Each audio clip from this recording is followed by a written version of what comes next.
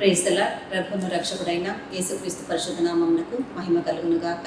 మీ అందరికీ కూడా praise the lord అండి. మరొకసారి ఆ పరిశుద్ధుని సువార్త వింటూ ఈ దినం మనం ఆశీర్వదించబడడానికి ఆయన కృప చొప్పున మనం ముందుకు కొనసాగుదాం. ఈరోజు దేవుడు మనతో మాట్లాడుతూ ఆయన అనుగ్రహిస్తున్న వాక్యాన్ని ధ్యానించుకుంటూ ముందుకు కొనసాగుదామండి. నిర్గమకాండము 6వ అధ్యాయము 30వ వచనమును దేవుడు ఈరోజు మనకు వాగ్దానముగా అనుగ్రహిస్తున్నారు. ఆ వాక్యము, మోషే చిత్తగించుము, నేను మాట మాంద్యము గలవాడను, ఫరో నా మాట ఎట్లు వినునని యెహోవా సన్నిధిని పలికేను అని దేవాది దేవుడు ఈరోజు మనతో మాట్లాడుతున్నాడండి.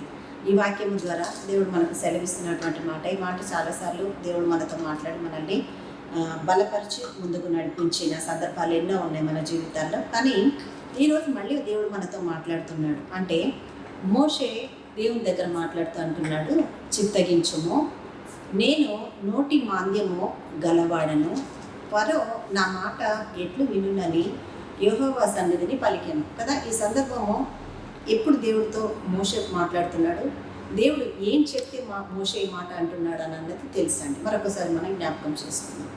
మండుచున్న పొదలో నుంచి మోషే ఒక హత్య చేసిన తర్వాత, ఐగుప్తు నుంచి అతను పారిపోయి అరణ్యంలోనికి వచ్చిన తర్వాత, అక్కడ నుంచి వచ్చి అక్కడ అరణ్యంలో గొర్రెలు మేపుకుంటూ తన భార్య బిడ్డలతో అరణ్యంలో ఉన్న సమయంలో మండుతున్న పొదలో నుంచి దేవుడు మోషేతో మాట్లాడి అతన్ని పిలుచుకొని ఇది పరిశుద్ధ స్థలము అని చెప్పి దేవుడు అతనితో మాట్లాడి నిలబెట్టుకున్న తర్వాత, ఆ తర్వాత అతనితో మాట్లాడతాడు, నేను నిన్న ఒక స్థలానికి పంపించేది ఉంది. ఇజ్రాయెల్ ప్రజలు నా బిడ్డలైన వాళ్ళు ఐగుప్తులో మొరపెడుతున్న వాళ్ళ మొరలను నేను వింటున్నాను, వారిని విడిపించడానికి నువ్వు వెళ్ళాలి అని చెప్పి మోషేతో మాట్లాడినప్పుడు మోషే అక్కడ అంటాడు, నేనేం మాట్లాడలేను, నేనేం చెప్పలేను, నా వల్ల కాదయ్యా అని అంటాడు. సో ఈ సందర్భంగా దేవుడు అతనితో మాట్లాడుకుంటూ వస్తాడు. అయితే ఇక్కడికి వచ్చేసరికి మళ్ళీ 6వ అధ్యాయం 30వ వచనంలో దేవుడు మరొకసారి మోషేతో అంటున్నాడు. ఏమైనా అర్థమవుతుందండి వాక్యం ద్వారా మనకు? అంటే ఒకే వ్యక్తిని దేవుడు ఎన్నుకున్న ఆ వ్యక్తికి ఒక బాధ్యత ఉంది అని చెప్పి బలపరుస్తున్నాడు. ఆ వ్యక్తి ఏమో దేవునంత గొప్పవాడు కాడు, దేవునికి ఉన్నంతటువంటి శక్తి సామర్థ్యాలు లేదు. కాబట్టి అతను ఏమంటున్నాడు, నా వల్ల కాదు ప్రభు, నేను ఈ కార్యం నేను చేయలేను, నా వల్ల కాదు అని అంటున్నాడు. అంటే అర్థం ఏంటి? దేవుని దృష్టి నువ్వు ఎటువంటి వాడవైనా, ఎంతటి వాడవైనా, ఏం లేని వాడవైనా, నేను నిన్ను నిలబెట్టి ఈ కార్యం చేస్తాను అని తన ఆలోచన కలిగి ఒక మాటతో పిలుచుకున్నప్పుడు, ఇక్కడ మోషే తన స్థితిని మాత్రమే తను చూసుకుంటున్నాడు, దేవుణ్ణి చూడట్లేదు తను. అంటే దేవుడు తలుచుకుంటే ఏదైనా చేయగలడు అని అన్న విషయాన్ని మోషే గ్రహించట్లేదు. కాబట్టి మోషే ఏమంటున్నాడు, దేవుడు పిలిచినప్పుడు చిత్తగించుము అని అన్నాడు.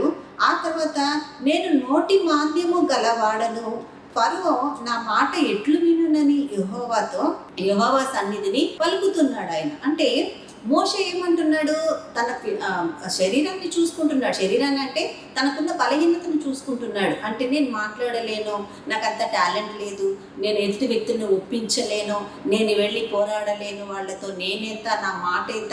ఈరోజు అనేకులు కూడా అదే అనుకుంటారండి కదా. మనల్ని అడిగితే మన సాక్ష్యాల్లో, మన వెనుకటి దేవుడు పిలవక ముందు ఉన్నటువంటి జీవితాల్లో మనం అదే చెప్పగలం. చాలామంది దైవజనులనైనా, మరి సేవకులనైనా, సంఘంలోని వారి విశ్వాసులనైనా మనం కదిలించినప్పుడు వాళ్ళ సాక్ష్యం ద్వారా మేము ఈ స్థితిలో నుంచి పిలువబడ్డాం, ఇంకొక స్థితిలో నుంచి నడిపించబడ్డాం, మేము అసలు మాట్లాడే వాళ్ళం కాదు, మాకు జ్ఞానం లేదు అని ఎంతో గొప్పగా సాక్ష్యాలు ఉంటాయి కదండి. ఇక్కడ మోషే కూడా తను ఏమంటున్నాడు, అయ్యా నాకు నోటి మాంద్యం ఉందయ్యా, నేను నత్తోడిని ప్రభా, నాలుగు మందంగా వాడిని, నేనేం మాట్లాడలేను ప్రభా, నాకంత టాలెంట్ లేదు, కొంతమంది మాట్లాడితే మాటల ద్వారానే ఒప్పించగలరండి ఎంతటోళ్ళనైనా కూడా. అదొక రకమైన టాలెంట్ అనుకోవచ్చు, ప్రజ్ఞ.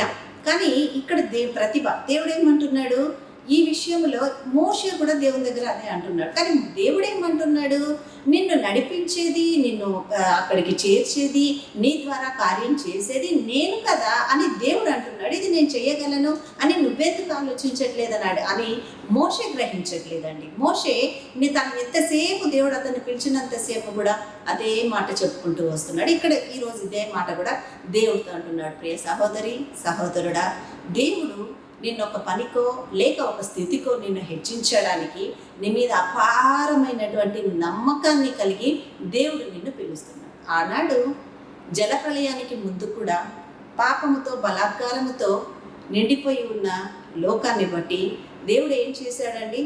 నేను జలప్రలయముతో నేను మొత్తం ఇది లయపరుస్తాను అని అనుకున్నప్పుడు మంచివారుగా ఎవరు కనిపిస్తారని చెప్పి చూసినప్పుడు నోవాహు అతని దృష్టికి నమ్మకస్తుడుగాను నిందరహితుడుగాను కనిపించాడు. మరి కనిపించిన ఆ మోషే ద్వారా నోవాహు ద్వారా కార్యం చేశాడా లేదా దేవుడు? ఇక్కడ కూడా ఈ మోషేని దేవుడు పేరు పెట్టి పిలుచుకున్నాడు. దేవుడు ఒక ఎన్నిక కలిగి ఒకరిని పిలుచుకున్నాడు అని అంటే ఖచ్చితంగా ప్రతి కార్యంలో దేవుడు వాళ్ళను హెచ్చించి దేవుడు మహిమ పొందబోతున్నాడు. ఇది ఎప్పటికీ మనం గుర్తించలేం. అందుకే ఇక్కడ మోషేని పేరు పెట్టి పిలుచుకున్నాడు. ఆ రోజు ఒకవేళ మోషే నా వల్ల కాదు ప్రభా నేను రాలేనయ్యా అని చెప్పి ఆగిపోయినుంటే ఈరోజు మోషే జీవగ్రంథంలో ఉంటాడా? ప్రియ సహోదరుడా, నిన్ను కూడా దేవుడు ఎన్నుకొని నీకు కూడా ఒక భారం ఇచ్చింది, నిన్ను ప్రిపేర్ చేసుకుంటూ దేవుడు నిన్ను నడిపిస్తున్నాడు. సహోదరి, పేరు పెట్టి నిన్ను పిలుచుకునే నీ దేవుడు నీ పట్ల కూడా భారం కలిగి నువ్వు ఆయన కృప పొందుకుని నువ్వు ముందుకు కొనసాగాలని, ఆయన చిత్తంతో నడవాలని ఆయన ఇష్టపడుతూ నిన్ను పదే పదే పదే దర్శిస్తున్నాడేమో, పదే పదే నీతో మాట్లాడుతున్నాడేమో. కానీ ఈరోజు ఏ విషయంలో వెనకడుగు వేస్తున్నా వల్ల కాదు ప్రభా, నేను చేయలేను ప్రభా, ఈ ఆశీర్వాదం నేను చూడలేనేమో ప్రభా, ఈ త్రోవలో నేను నడవలేనేమో ప్రభా అని అనుకుంటున్నావేమో. ఏ త్రోవలోనైనా నిన్ను నడిపించేది నీ దేవుడు అయినప్పుడు నువ్వు భయపడాల్సిన అవసరం లేదు. ఇక్కడ కూడా మోషే తప్పించుకొని ఉంటే ఈరోజు జీవగ్రంథంలో ఉండేవాడు కాదు. కానీ మోషే నడిపించుకునేది ఆయన అన్నిసార్లు చెప్పినప్పుడు నేను వెనకడుగు వేయకూడదని ఎప్పుడైతే తలంచుకొని ముందుకు నడవబడ్డాడో దేవుడు ఇంకా అతన్ని స్ట్రాంగ్ చేయడానికి ఏం చేశాడండి? తను వెళ్ళినప్పుడంతా ఫరో రాజు హృదయాన్ని దేవుడు కఠినపరుస్తూ వచ్చాడు. కానీ ఒకరోజు మోషేకి విజయం ఇచ్చాడా లేదా? దేవుడు ఈరోజు నీతో మాట్లాడుతున్నాడు. నువ్వు కూడా దేవుడు ఏర్పరచుకున్న బిడ్డవై ఉన్నావు. నీ పరిస్థితులను చూసి కృంగిపోకు. ఎంతసేపు నీలో ఏ బలహీనతలు ఉన్నాయో దాన్ని బట్టే నేను అందరిలాగా ప్రేయర్ చేయలేను, అందరిలాగా మొరపెట్టలేను, అందరిలాగా నేను ఏ టాలెంట్ లేనివాడని అని అనుకుంటున్నావా? నీ టాలెంట్ ఎవరికి అవసరం లేదు. కానీ దేవుడు నీకు ఇచ్చిన టాలెంట్ని వెలికి తీసి నిన్ను వాడుకున్న దినములో నిన్ను పట్టగలిగిన వాళ్ళు, ఆపగలిగిన వాళ్ళు ఎవ్వరూ ఉండరు. కాబట్టి నిన్ను దేవుడు ఎందుకు పిలుచుకొని ఈరోజు మాట్లాడుతున్నాడో గ్రహించి ఆయన చిత్తానికి నువ్వు అప్పగించుకొని ఆయన కృప పొందుకొని ఆయన మహిమపరచు. వీటి కృప ఈ వాక్యం ద్వారా దేవుడు మనకందరికీ అనుగ్రహించును గాక. ఆమేన్. తలలు ఉంచినట్లయితే ప్రార్థన చేసుకుందాం. హల్లెలూయా, హల్లెలూయా, హల్లెలూయా, హల్లెలూయా, హల్లెలూయా. స్తోత్రం, స్తోత్రం, స్తోత్రం. దేవానికి వందనాలు తండ్రి. ఇచ్చిన చక్కటి వాక్యమును బట్టి మీకు స్తోత్రం, వందనాలు తండ్రి. అయ్యా మోషే కృప నాయన 6వ అధ్యాయము నిర్గమకాండం 6వ అధ్యాయం 30వ వచనంలో నువ్వు సెలవిచ్చినట్టుగా చిత్తగించుము, నోటి మాంద్యము గలవాడను అని నాయన నేను ఫరో సన్నిధిలో ఎలా నిలబడగలను అతను అని అడిగినప్పుడు తండ్రి అయ్యా ఆ తర్వాత ఏం జరిగింది అని అన్నదంట, నీ మార్గంలో నిలిచిన ప్రతి ఒక్క బిడ్డకు తెలుసు నా యేసయ్య. నీకు స్తోత్రము తండ్రి. నా దేవా నీకు స్తోత్రం. ఈరోజు కూడా ఎంతమంది బిడ్డలు ప్రభా వెనకడుగు వేస్తూ నేనేం చేయలేను, నాలో ఏ ప్రజ్ఞత లేదు, నేను ఇదే స్థితిగా ఉండిపోతానేమో, ఏ ప్రతిభ నేను కనపరచలేని స్థితిలో ఉన్నాను, ఏ టాలెంట్ నాకు లేదని కృంగిపోతున్నారేమో, అటు వారిని అందరినీ మీరు లేవనెత్తి బలపరచమని ప్రార్థిస్తున్నాను. మోషే కంటే ఘనముగా మీరు వాడుకొని మహిమ పొందమని కూడా అడుగుతున్నాను తండ్రి.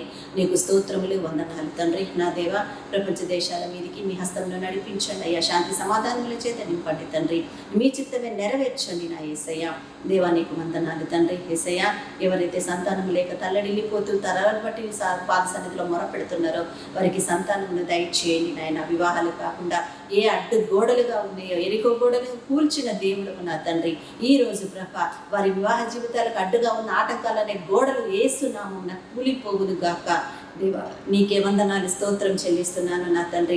ప్రతి వారిని మీరు ఆశీర్వదించు, మహిమ పొందండి. చిన్న బిడ్డలకు వృద్ధులకు మీ కంచె కాపుదల దయచేయండి నా యేసయ్య.